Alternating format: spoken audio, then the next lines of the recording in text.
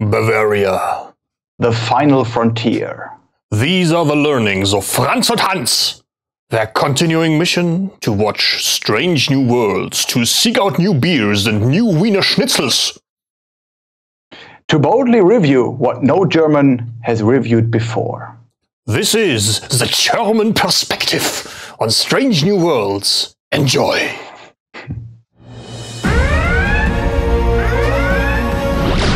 And now, with the good smell of greed, this is the Sci-Fi News Video Review.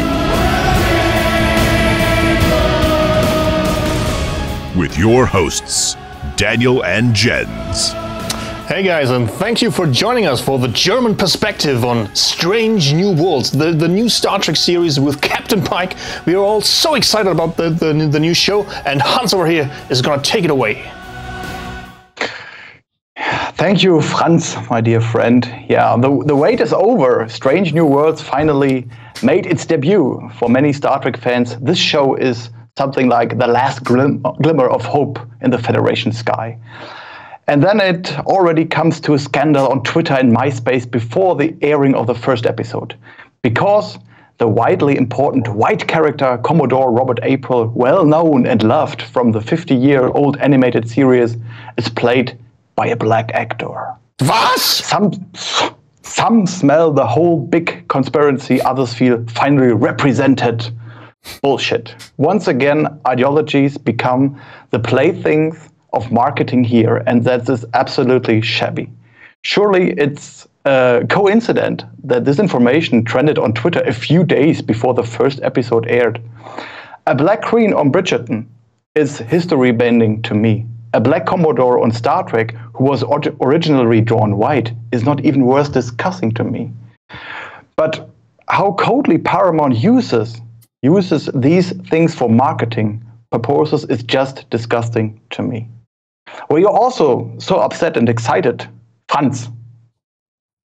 Yes, I'm absolutely excited about this horse. This horse is amazing, Pike is riding, I have to say. And as you said, it's the last hope for good and classic Star Trek shows, Strange New Worlds, and I'm so excited about this show, and I'd like to talk to you about Captain Pike. Compared to the current incarnation of captains, Captain Burnham and Admiral Picard, Pike embodies what many fans asked for, a realistic leader. And as of now, it seems the showrunners will not turn this into yet another unnecessary, fake, edgy and dark storyline, despite Pike's future. This Pike and his positive look on things that he finds at the end of this first episode is much needed in this day and age. We all know that our personal end is upon us. Watching at things from a broader scope, one must certainly realize that within a blink of an eye, we are born, grow old and die. Our few decades in the sun are so rarely filled with dreams of hope, passion and understanding that the positive nature of things is so very important. So having someone like Pike, whose fate seems to be sealed much earlier than usual in his life, who despite all of this finds hope and joy, is truly important and a remarkable quality that needs to be displayed, told and embraced. This is my first impression of the show. Hans, what are your first impressions? Yeah, thank you, Franz. How often have I read in the recent weeks, I given up on Discovery and Picard. Hopefully Strange New Worlds pulls it out and finally gives us endless expanses and good stories again. Well, this expectation is of course legitimate, and Strange New Worlds makes a solid start with the opening episode. But if you are now expecting something completely different from Strange New World, then comparing to Star Trek Discovery or Picard, you'll be disappointed perhaps very quickly. And there are some alarming signs to me that we need to talk about. Regardless of the characters, which of course we can't judge and rate at all yet, and regardless of the fact that the basic constellation reminds us more of classic Star Trek again, meaning captain, crew, episodic television, yeah, but the main people behind the product are the same who are responsible for Discovery and Picard. It's like a graphic engine for a video game. Yeah, both Star Trek Elite Force and Return to Castle Wolfenstein ran on the Quake 3 engine. Two completely different games with different settings, but tied to the same technology at their core. By this comparison, I mean, for example, the way stories are told, how complex situations are resolved, how speech is used, and how sloppy word building is handled in some cases. Some of these negative influences, which we already know from Discovery and Picard, can unfortunately also be found in the opening episode of Strange New Worlds. And yeah, it's sadly within the range of possibility that the show will join the ranks of the new products instead of rising out of them. This brings me back to the worrying tendencies I just mentioned. I will use the example of the head of security, Noonien-Singh, who is presented as a tough officer, because she is naturally dealing with the trauma from the past, a history with evil Gorn who were responsible for her joining Starfleet. But she was thrown back into the water like a fish, the usual stuff, you know. Don't get me wrong, I love complex characters with good backstories, but why isn't this story told when meeting the Gorn, for example? Then it becomes relevant. Then it contributes to the bigger picture, to describe the experiences dramatically and with a sad look in the end of the episode. That does not trigger anything in me as a viewer. This is and remains a significant difference between the new and the old shows, in my point of view. As an example, the revelation of Dr. Bashir in Deep Space Nine that he was genetically improved as a child, he didn't tell Captain Sisko that at an all-you-can-eat buffet at Quark's. It was part of a bigger story, and it changed the perspective of the viewer on the character. It did something to the viewer. I just miss that in Strange New Worlds and in the other productions. What do you think, Franz, of the crew? Well, I really liked the Return to Castle Wolfenstein. That was a great game. It was your favorite game, I know. Yes, jawohl, natürlich. Return to Castle Wolfenstein to overthrow the Vaterland. Was? Oh, well. Speaking about the rest of the crew, I'm sorry, guys. Well, for the rest of the crew, we do not get to see much, but what we see is that they work very well together and complement each other. This is something I really like, and this is something that is so very deeply missing from most of the episodes of Star Trek Discovery, for example.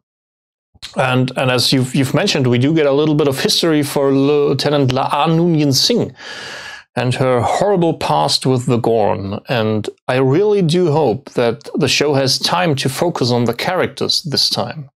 Again, simply telling the viewer, oh, by the way, I have a horrible past, does not count as a believable character building in our book.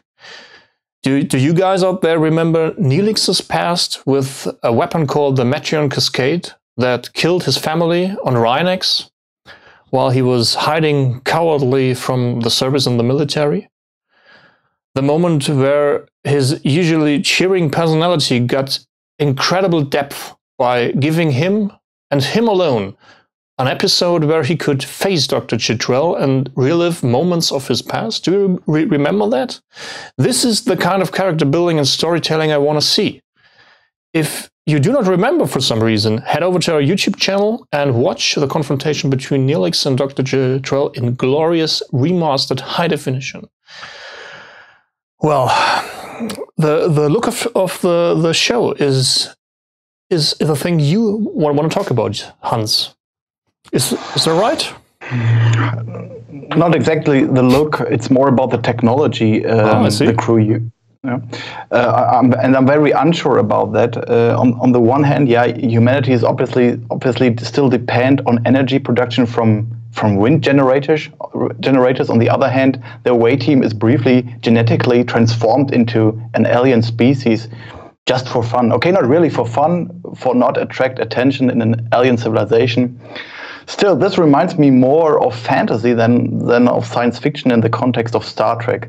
And the space station at the end, Also reminded me more of Star Trek Beyond than of the good old times. No, we don't want to break the baton over the whole show with the first episode, because there is no reason to do so yet. Please don't misunderstand Strange New Worlds. Unfortunately, I can't help that the first episode is named like the show. Yeah, sorry for that. It's a solid opening episode. It's a solid opening episode. The basic idea of a civilization with warp technology not developing a drive but a weapon first is definitely creative. The fact that the Federation is not entirely innocent in the acquisition of this technology makes things all more complex. The fact that the solution to the problem is relatively simple and is handled quite quickly is, of course, also due to the fact that the pilot is not given 90 minutes but only 50. This leaves little room for the actually good story, because a few crew members and the ship itself needs some attention, of course. I think with 90 minutes, this could have been a similar good and successful pilot as Broken Bow in 2001.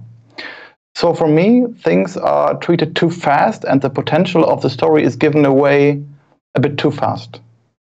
That after Picard, here again, the damn 21st century must hold out for all bad things is no problem for me. Here we at least shown that the future is a better one, even if you can't really feel it yet. I don't feel it.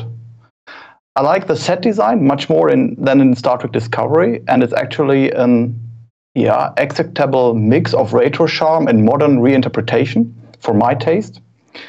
It would have needed less piano gloss and mirrored surfaces, but that's just personal taste in the end.